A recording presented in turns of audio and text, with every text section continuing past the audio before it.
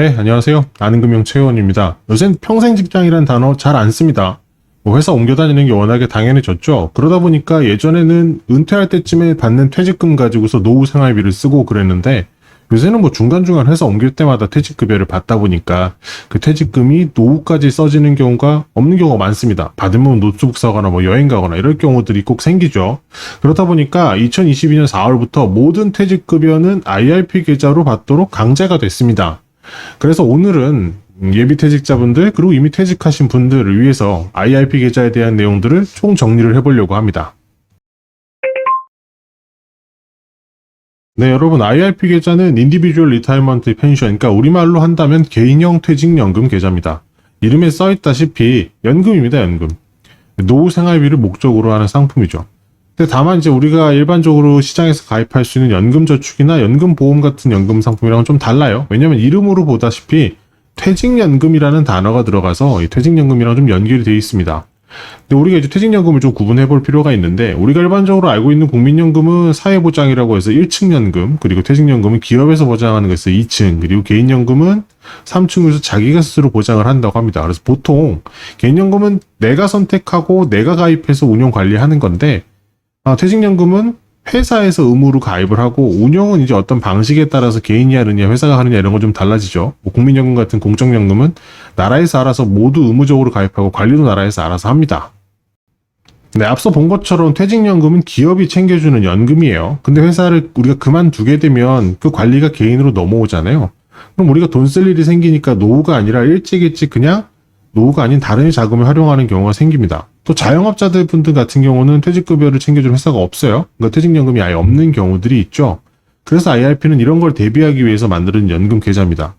몇 가지 세제 혜택을 줘서 근로자들한테는 회사에서 받은 퇴직급여 자체를 노후까지 잘 가져갈 수 있도록 하는 게 목적이고, 퇴직급여를 주는 회사가 없는 경우에는 그 자영업자 같은 분들한테는 스스로 퇴직연금을 준비할 수 있게 하는 목적을 두고 있습니다. 그래서 말 이름 그대로 개인형 퇴직연금 계좌 IRP는 퇴직연금이랑 개인연금의 중간적인 성격을 띠고 있는 상품입니다.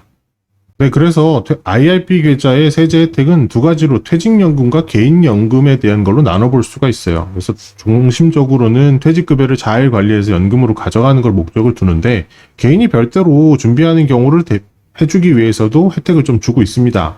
그래서 세제 혜택을 보면 퇴직소득세와 관련된 혜택이 좀 있고, 그 다음에 운영에 따른 수익이랑 세액공제를 해주는 것 등이 이제 효과가 추가되어 있어요. 각각을 좀 살펴보죠. 첫 번째 혜택은 퇴직소득세의 과세이연이라는 겁니다. 그러니까 우리가 회사를 그만두면서 퇴직급여를 받으면 퇴직소득세라고 하는 별도의 세금이 부과됩니다. 근데 첫 번째 혜택은 이 부과를 나중으로 미뤄주는 과세이연이라는 효과예요. 그림으로 좀 살펴보죠. 내가 1억 원이라는 퇴직금을 받았고 퇴직소득세가 10%라고 해보죠. 그럼 일반 계좌에 그냥 받게 되면 세금을 내고 받게 될 테니까 1,000만 원이 사라지고 9천만 원만 일반 계좌에는 운영이 될 거예요. 그런데 IRP 계좌에서는 그냥 1억 원을 다 가지고 있으실 수가 있습니다. 그러면 내가 운영에서 수익이 20% 난다 그러면 IRP 계좌에서는 2천만 원이라는 수익이 나겠죠. 1억 원에 20%. 그리고 일반 계좌에서는 9천만 원에 20%인 1,800만 원 수익이 날 겁니다. 그러니까 이런 식으로 운영을 하는 거에 모수 자체, 원금 자체를 키워주는 효과가 있기 때문에 이 과세이연의 효과는 운영의 성과가 더해질수록 더 커진다고 할 수 있습니다. 근데 물론 만약에 퇴직소득세 자체가 얼마 되지가 않거나 내가 IRP가 아니라 일반 계좌에서 운영하는 게 기대수익이 더 높다라고 하면 과세이연의 효과는 별로 좀 부족할 수도 물론 있습니다. 네, 여기서 IRP 계좌의 세제 혜택 두 번째는 앞서서 과세이연 해줬던 퇴직소득세를 이제 깎아주는 효과입니다. 그러니까 과세이연 해준 세금을 안 내진 않죠. 그러니까 나중에 IRP 계좌에서 자금을 인출할 때 이 퇴직소득세는 내게 돼요. 그런데 이때도 퇴직급여를 이제 연금 형태로 받는다고 하면 30% 혹은 40%를 깎아주는 혜택을 줍니다. 이걸 이제 퇴직소득세 감면이라고 하는데, 연금으로 수령을 안 하는 기간이나 연금 외에 수령한다 그러면 세금이 0%가 아니라 세금 감면 효과 자체가 0%예요. 그러니까 세금 낼 거 다 내셔야 된다는 얘기입니다. 원래 정해진 세금 그대로. 자, 그런데 연금을 수령하는 기간 내에 1년에서 10년 차 안에 받았다고 하면 퇴직소득세의 70%만 내면 됩니다. 그러니까 원래 10% 세율이었다고 하면 7%만 내시면 된다는 거고, 연금 수령 기간이 11년 차 이후로 넘어가신다고 하면 퇴직소득세의 60%만 됩니다. 6%, 10%라고 하면 6%만 내시면 된다고 하는 거겠죠. 근데 여기에서 이제 우리 주의할 게 있습니다. 그러면 IRP 계좌로 넘어간 다음에 연금을 수령하는 때에 연금 수령 시작했다고 하고 첫 해에 내가 와장창 다 꺼내버릴 수 있는 거 아니냐? 이제 그렇게 안 됩니다. 그래서 그걸 체크하셔야 되는데, 첫 번째 알아두셔야 되는 게 그래서 연금의 수령 한도라는 게 있습니다. 연금 수령 한도식은 뭐 우리가 연금저축계좌를 계산할 때에도 우리가 한번 봤었던 적이 있는데 이런 식으로 되어 있습니다. 여기서 중요한 건 연금의 수령 연차죠. 연금 수령 연차라고 하는 건 연금을 수령할 수 있는 날이 해당하는 연도를 1년차로 계산을 해요. 근데 여기서 수령할 수 있는 퇴직급여 연금을 수령할 수 있는 날은 만 55세 생일 조건이 충족되는 날입니다. 원래는 연금계좌, 연금저축 같은 경우에는 뭐 가입한 지 5년이 지나야 된다는 조건이 있지만 퇴직급여로 받는 경우에는 가입 기간이 전혀 상관이 없어요. 그래서 그냥 내가 퇴직하면서 IRP 계좌를 받으셨는데 그때 이미 55세 생일이 지나 있다. 그럼 바로 연금을 개시해서 받으실 수가 있습니다. 그러면 첫 해라고 하면 내가 1 빼면 10이니까 현재 내가 가지고 있는 게 1억이다 치면 1억에 10으로 나누면 1000만 원이죠. 1000만 원을 120% 곱한 1200만 원을 지금 꺼내실 수 있는 거예요. 올해 이걸 꺼내실 수 있는 거고, 두 번째는 연금 개시를 좀 주의를 해두셔야 됩니다. 좀 더 구체적으로 이야기를 한다고 하면 이게 무슨 얘기냐, 연금 수령 조건이 된다고 하시면 최대한 빨리 바로 연금을 개시하는 게 좋습니다. 가능하면 만 55세가 되는 해에 연금을 그냥 바로 개시하시는 게 좋습니다. 여러분이 만약에 소득활동도 하고 있다고 하는데 내가 IRP 계좌 있다고 해서 그냥 연금 개시를 할 이유가 있을까요? 있어요. 왜 있느냐? 55세부터는 해놓으시는 게 좋은데 앞서서 살펴본 퇴직소득세 감면에 대한 내용을 보시면 빠른 개시가 유리합니다. 빠르게 수령연차를 10년을 채워놓고 나면 11년차부터는 추가로 10% 감면받는 효과를 누릴 수 있으니까. 자, 이게 무슨 얘기냐면 연금 수령에 대해서 기간을 셀 때 아까 말한 퇴직소득세의 감면은 실제로 내가 연금을 수령한 기간이 1년차, 2년차, 10년차 이렇게 돼야 됩니다. 실제 수령한. 그냥 뭐 연금으로 받을 수 있는 기간이 55세부터 시작했으니까 쭉 그때부터 연도를 세워준 게 아니라 내가 안 받고 있으면 연차가 안 돼요. 그러니까 이거는 받으셔야 되는 거기 때문에 굳이 많은 번으로 이거 채우려고 많은 돈을 받을 필요는 없잖아요. 내가 다른 소득이 있으시다고 하면. 그래서 이걸 활용할 때 어떻게 하면 되냐면 증권사 IRP에다가 개설을 해놓고 연금 개시를 신청한 다음에 최소 연금 조건이 1년에 1만 원 수령하는 걸로 신청이 가능합니다. 뒤에서 이제 수령 관련된 이야기를 하겠지만 1년에 1만 원만씩 해서 10년 동안 10만 원 딱 받으신 다음에 내가 그 이후에는 이제 편하게 연금 개시해서 퇴직소득세 감면 효과 최대 누리시면서 활용하실 수가 있겠죠. 자, 단 여기서 주의하셔야 될 점이 있는데 IRP 계좌를 포함한 연금 계좌는 한번 연금을 개시하면 이후에는 그 통장에 추가로 자금을 납입하실 수가 없습니다. 그래서 내가 만약에 직장 생활을 하고 있는데 이전 직장 생활하던 거를 IRP 계좌에 가지고 있던 게 있어서 55세 개시를 했어요. 그럼 지금 직장에 다니고 있는 거는 여기에 못 넣고 다른 IRP 계좌를 또 개설해서 넣으셔야 된다라는 겁니다. 네, 세 번째 혜택은 연금소득세라는 혜택입니다. IRP 계좌나 연금저축계좌처럼 세제 혜택이 주어지는 연금계좌에서 운영이 발생한 수익은 나중에 연금으로 받게 되면 연금소득세라는 게 적용받을 수 있어요. 그래서 그림으로 우리가 살펴보면 일반 계좌에서는 운영에서 발생한 수익 자체에다 세금이 15.4% 정도가 붙는데 IRP 계좌 같은 연금 계좌 안에서는 3.3에서 5.5%의 세금이 붙죠. 얼마까지? 1200이 아니라 연간 1500까지 한도. 언제부터 이렇게 1500으로 바뀌냐면 2024년부터는 1500만 원 한도입니다. 현재 2023년은 1200만 원 한도가 적용이 되고 있어요. 자, 그리고 이걸 넘어가서 만약에 수령을 한다 그러면 기타 소득세인 16.5%라는 세금이 따로 붙게 됩니다. 여기 보면 연금소득세가 이렇게 구간으로 설정이 되어 있는데 그 이유는 이제 보시면 55세부터 시작해서 70세까지 구간에서는 5.5%, 70세에서 80세는 4.4, 그 이후에는 이제 3.3%, 나이가 들수록 세율이 떨어지는 효과를 보고 있는데 참고로 종신형으로 이제 수령하시는 방법들이 있어요. 연금저축이나 IRP를 종신보험으로 바꿔놓고 종신연금 수령하시는 방식이 있는데 그렇게 할 경우에는 개시 날짜가 언제든지 간에 상관없이 그냥 4.4%로 통일됩니다. 참고로 하시면 될 것 같고, 과세 대상 금액에는 연말정산에 만약에 혜택 받으려고 내가 IRP 계좌나 연금저축계좌에 저축을 한 게 있다고 하면 그것도 요거 계산하는 데 포함이 된다는 거고, 운용수익은 방금 말씀드린 것처럼 하고, 우리가 이연에서 받았던 퇴직급여, 그러니까 퇴직소득으로 받으신 금액은 퇴직소득세를 따로 냈기 때문에 이거에 대한 연금소득세랑은 전혀 상관이 없습니다.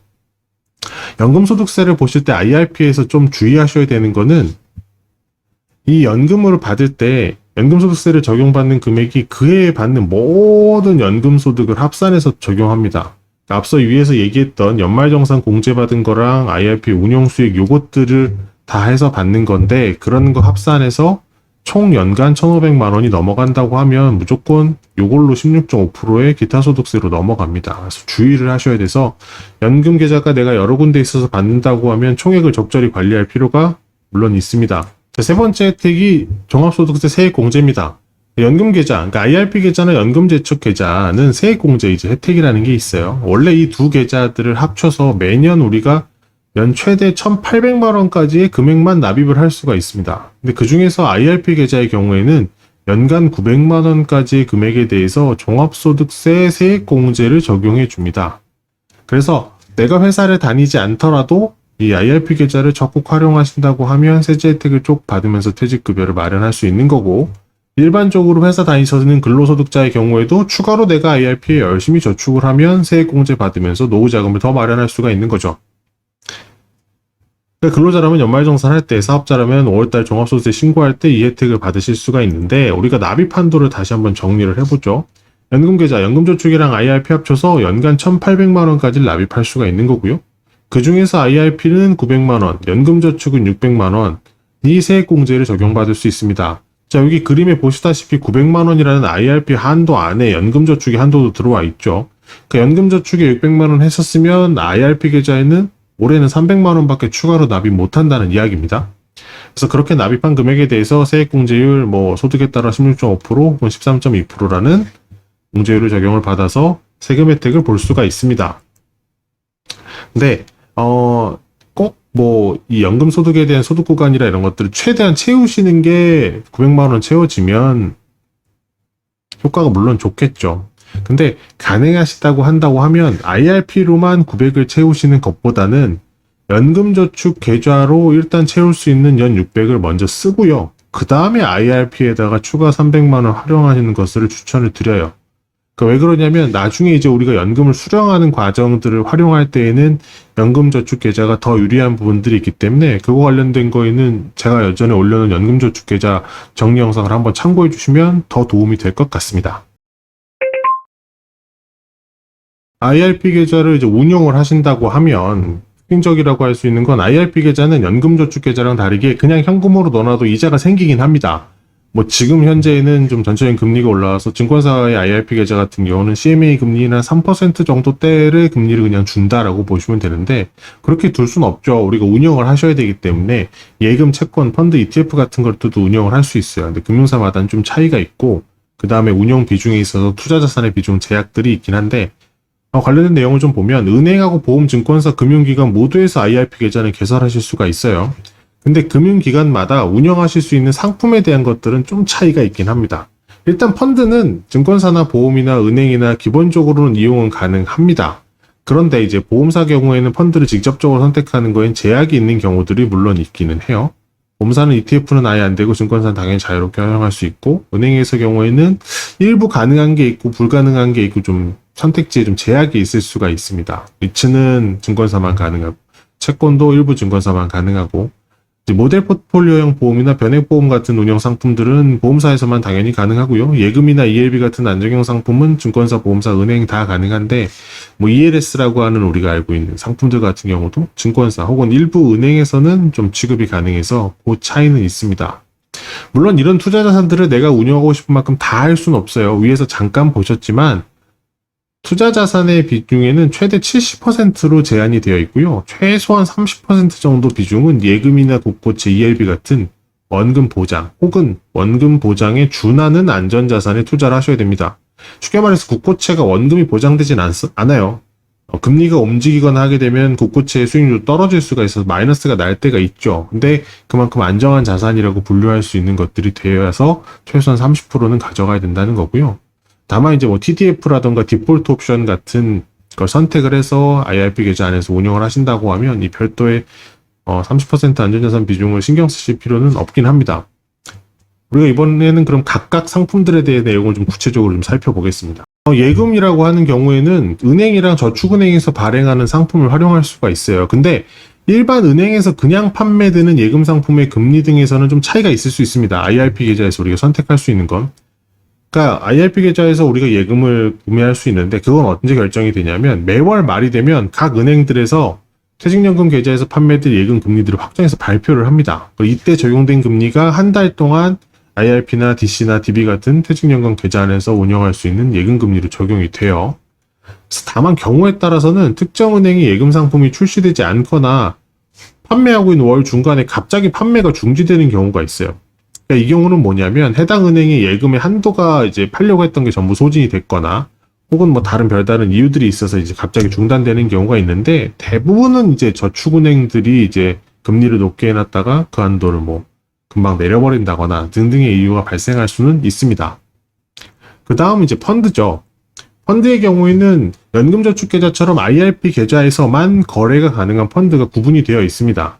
그래서 파상 펀드들은 펀드 이름에서 구분을 할 수 있는데 펀드 클래스에 P 또는 R이라는 알파벳이 포함이 되어 있거나 혹은 펀드 명에 아예 퇴직연금이라는 이름이 포함되는 식으로 구분되어 있어요.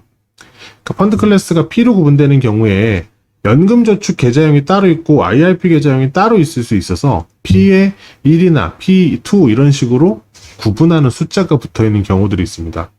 밑에 있는 상품을 예시를 보면 KB 밸류 포커스하고 쭉 된 다음에 C 다시 퇴직연금이라고 돼서 퇴직연금 상품이라고 따로 써있죠.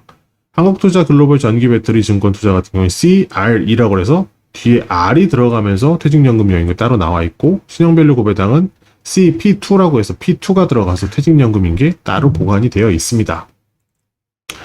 자, 참고로 IRP 계좌에서 파생자산을 기초로 한 펀드는 이용하실 수가 없어요. 가장 쉬운 예로는 레버리지나 인버스 같은 상품 안 되고요. 그 다음에 일부 원자재 선물 같은 경우를 활용해서 운영되는 건 좀 위험하다라고 분류가 돼서 아예 그 펀드들은 이용할 수가 없습니다.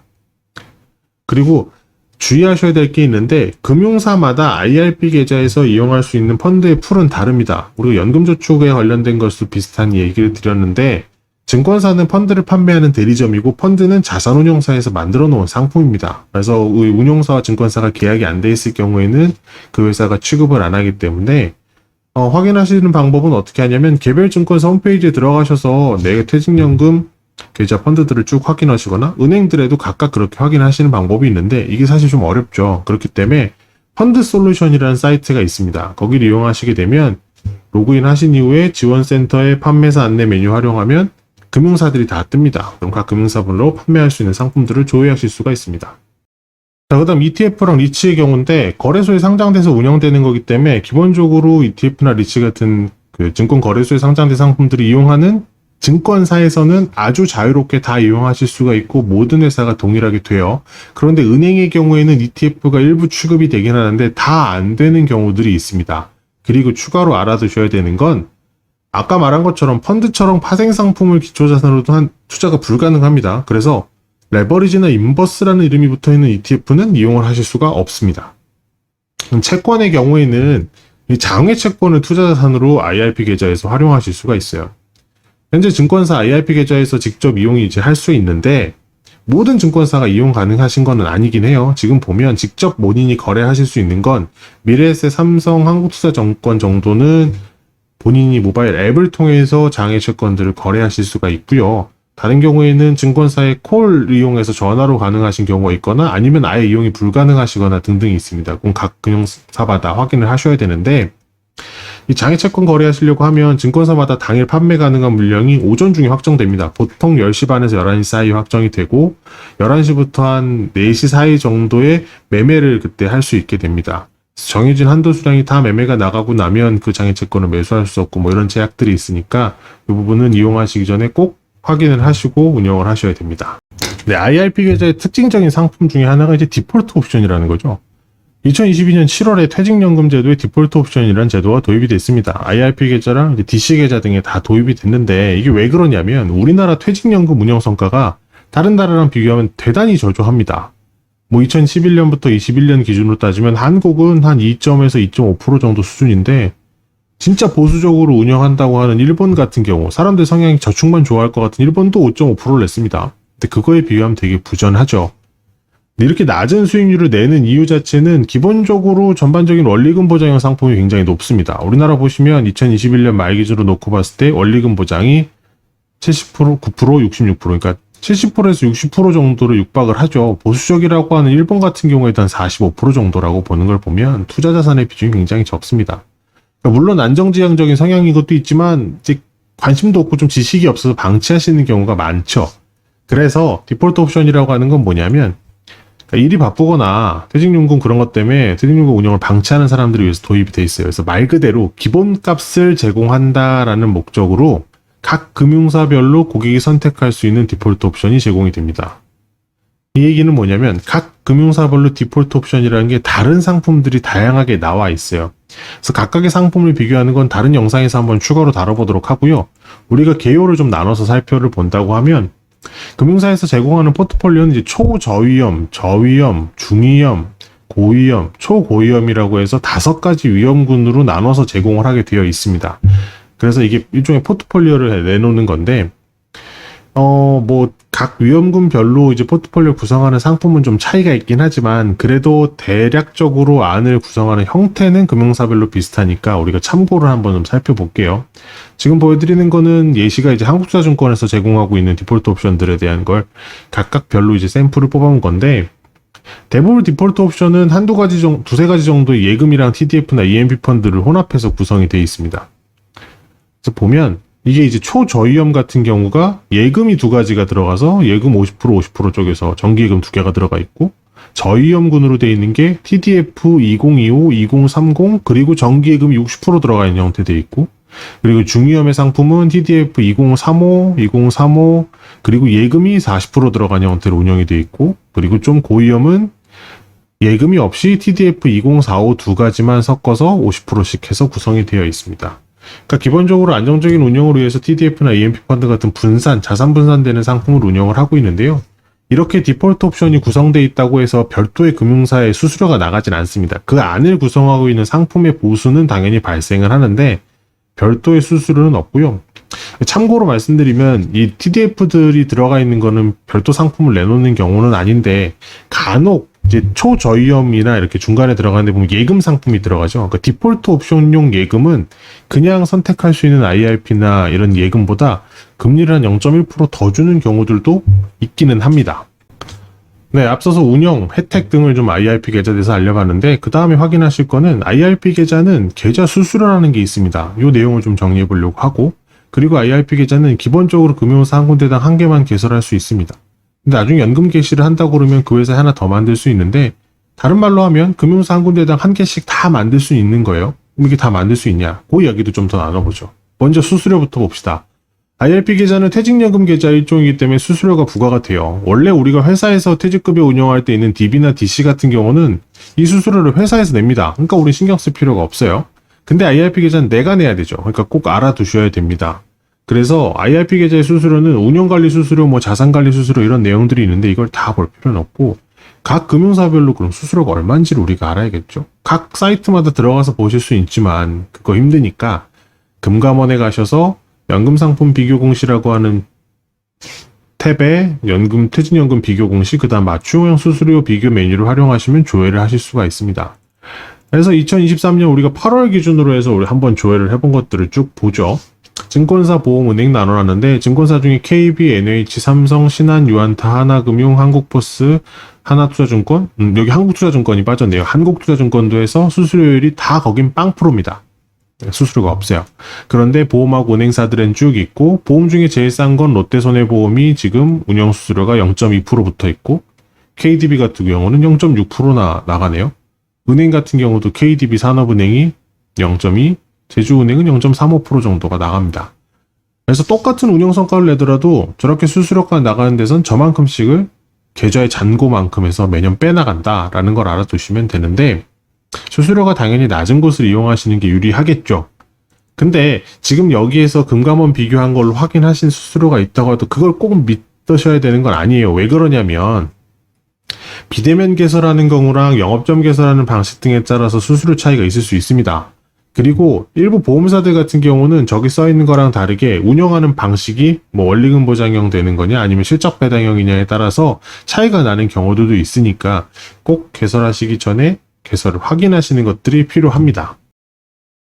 자, 그러면 수수료까지도 살펴봤어요. 나는 IRP 계좌를 개설을 해야겠다. 혹은 난 이미 좀 비싼 데에다 수수료 개설한 것 같아서 바꿔야 될 것 같은데 그 이야기를 좀 해보죠. 금융사 한 곳당 한 개만 계좌 개설이 가능하다고 얘기 드렸어요. 그러니까 각 여러 금융사에 나눠서 여러 개 개설하실 수 있다는 얘기인데 그렇게 할 경우에는 주의하셔야 되는 건 연금 계좌의 납입 한도인 연간 1,800만 원 한도를 다 쪼개서 하셔야 됩니다. 그래서 100만 원, 100만 원, 100만 원에서 18개까지 이렇게 하실 수는 있긴 하지만 그럴 필요는 없죠. 관리를 편하게 하기 위한 한 군데 금융사만 하면 될 텐데 어디에 개설하는 게 좋겠냐? 뭐 앞서 살펴본 특징, 운용, 수수료 등을 고려해서 개설을 해야 되는 건 맞겠습니다만 내가 만약에 이미 개설해 놓은 게 있는데 여기 거 안 쓰고 이제 옮기고 싶다라고 하면 어떻게 하느냐? A금융회사에서 IRP 계좌를 개설하고 B금융사로 변경하고 싶다고 하면 방법은 이렇게 하시면 돼요. 옮겨가려고 하는 회사, 뭐 내가 예를 들어서 뭐 삼성증권으로 옮겨가고 싶다. 그럼 삼성증권에 가서 IRP 계좌를 개설합니다. 그러면 삼성증권 전산을 통해서 타사 IRP 계좌 이전이라고 하는 게 앱에 다 있습니다. 그걸 신청을 하시고 나면 기존에 내가 개설해놨던 IRP 계좌의 회사에서 확인 전화가 한 번 와요. 옮기시는 거 맞나요? 네, 맞습니다. 하고 딱 끊으면 기존에 내가 가지고 있던 IRP 계좌에서 운영하고 있었던 자산이 있을 거 아니에요. 펀드를 샀으면 그걸 팔아서 현금이 돼야 될 거고 ETF면 팔아서 현금이 돼야 될 거고 이런 식의 현금화가 이루어진 이후에 내가 옮겨가려고 하는 그 회사의 IRP 계좌로 입금이 되면서 끝납니다. 그러니까 뭐 따로 증권사를 방문하시거나 보험사를 방문하시거나 이럴 필요 없어요. 그냥 내가 옮겨가고 싶은 회사에 비대면으로 그냥 개설하고 거기서 신청하시는 걸로 다 끝나실 수가 있습니다. 참고로 내가 만약에 55세가 넘어서 연금을 수령하실 수 있는 나이가 되어 있어요. 그러면 IRP 계좌에서 연금저축계좌로 자금을 이전하는 것도 가능을 합니다. 그리고 아까도 얘기 드렸지만 한 금융사당 한 개의 IRP 계좌를 개설할 수 있는 제한은 만약에 연금 개시를 하시잖아요. IRP 계좌 내 연금을 개시해버리면 추가로 여기에 돈은 더 못 넣기 때문에 그때는 해당 금융사에 추가로 한 개의 IRP 계좌를 또 개설하실 수도 있어요. 그러니까 내가 금융사 여러 개 안 만들고 IRP 계좌 한 군데서 돌리고 싶다 그러면 이거 연금 개시를 한 상태에서는 추가로 또 하실 수 있다라는 걸 알아두시면 됩니다. 그 다음 이제 IRP 계좌에서 자금 받는 것들을 생각해 볼 필요가 있는데 IRP 계좌에서 수령하는 건 보험 계약이냐 신탁 계약이냐는 걸로 나눠볼 수 있습니다. 보험 계약은 말 그대로 보험사에서 IRP만 선택 가능하고 신탁 계약은 증권사랑 은행 등에서 선택이 가능한데 지급 방식은 이 표를 보시다시피 뭐 종신연금, 확정연금, 상속연금은 보험 계약이고 신탁 계약은 정기연금이냐 비정기연금이냐를 선택하실 수가 있는데요. 그냥 쉬운 예로 살펴본다고 하면 보험계약은 종신형이나 상속형, 그러니까 사망할 때까지 주는 연금을 선택하실 수가 있어요. 근데 신탁계약은 자유롭게 기간이랑 금액을 마음대로 받다가 그만두기도 하고 이런 것들이 충분히 가능하다라는 거고요. 또 하나 추가로 차이는 신탁계약의 경우에는 연금을 수령하는 와중에도 IRP 계좌 내에서 자금 운용을 하실 수가 있습니다. 근데 그 중에서도 지금 증권사에서만 연금 수령하는 와중에도 ETF를 사고 팔아서 수익 내거나 이런 방식들은 가능하고요. 은행의 신탁계약에서는 ETF 매매 같은 게 제약이 걸려있는 경우들이 대부분이긴 합니다. 근데 물론 이 연금 수령하시는 방식 자체는 나중에 연금 개시하기 직전에 원하는 방식에 따라서 금융회사 선택하셔서 그때 변경하시면 돼요. 내가 운영할 때에는 증권사가 유리하다고 생각해서 한참 가져가다가 연금 받을 때쯤 됐더니 종신연금이나 확정연금, 상속연금 이런 것들이 필요하다라고 생각이 되면 연금 받기 전에 내가 증권사에 가지고 있던 IRP를 보험사에 옮겨서 활용하시는 것도 가능합니다. 자, 오늘 내용 마무리 해보죠. IRP 계좌는 퇴직연금을 완성하기 위해선 필수적인 계좌예요. 왜? 우리가 기존에는 퇴직급여 평생 직장 다니면서 한 번 받아서 끝나는 게임이었지만 이제는 회사를 계속 옮기니까 중간중간 회사가 관리하던 퇴직연금은 내가 IRP 계좌에 넘겨받아서 차곡차곡 모아가야죠. 그래서 노후에 활용하셔야 된다는 거고요. 그 다음에 IRP 계좌의 효과는 세제택인 과세이연이나 뭐 퇴직소득세의 감면이나 등등 다 시간이랑 운영 성과가 커질수록 점점 효과는 커져갑니다. 그리고 추가로 IRP 계좌를 선택하실 때 IRP 계좌의 수수료라고 하는 게 가장 큰 차이가 되실 수 있어요. 나머지 운영에 대한 부분들은 뭐 펀드나 이런 면에서는 비슷비슷하실 수가 있는데 수수료 자체만으로 차이가 나실 수 있으니까 되도록이면 꼭 그걸 비교해서 수수료가 낮은데 개설하시는 게 훨씬 유리할 거라고 하는 거고요. 금융사에 따라 수령 방식에도 차이가 있다라는 변을 말씀을 드렸습니다. 뭐 전체적으로 현재 IRP 계좌를 가지고 있는 거 은행, 보험, 증권사 다 가능한데요. 실제로 보면 운영에 대한 부분에 있어서도 펀드, ETF, 뭐 ELS, 예금, ELB 전 분야 다, 그리고 채권까지 운영 가능한 건 현재 증권사밖에 없습니다. 그리고 수수료 자체에서 0%를 제공하는 건 또 증권사밖에 없기 때문에 기본적으로 연금 수령하실 때 뭐 종신형 연금이나 상속형 연금을 위해서 보험사를 선택하시는 경우가 아니라고 한다면 대부분 다 증권사 IRP를 기본적으로 선택하시는 게 유리하다고 생각이 됩니다. 오늘 나눈 이야기가 여러분의 금융생활에 도움이 되셨기를 바라면서 궁금한 점이 있으시다고 하면 상담이나 교육 문의를 통해서 연락 주시길 바라겠습니다. 감사합니다.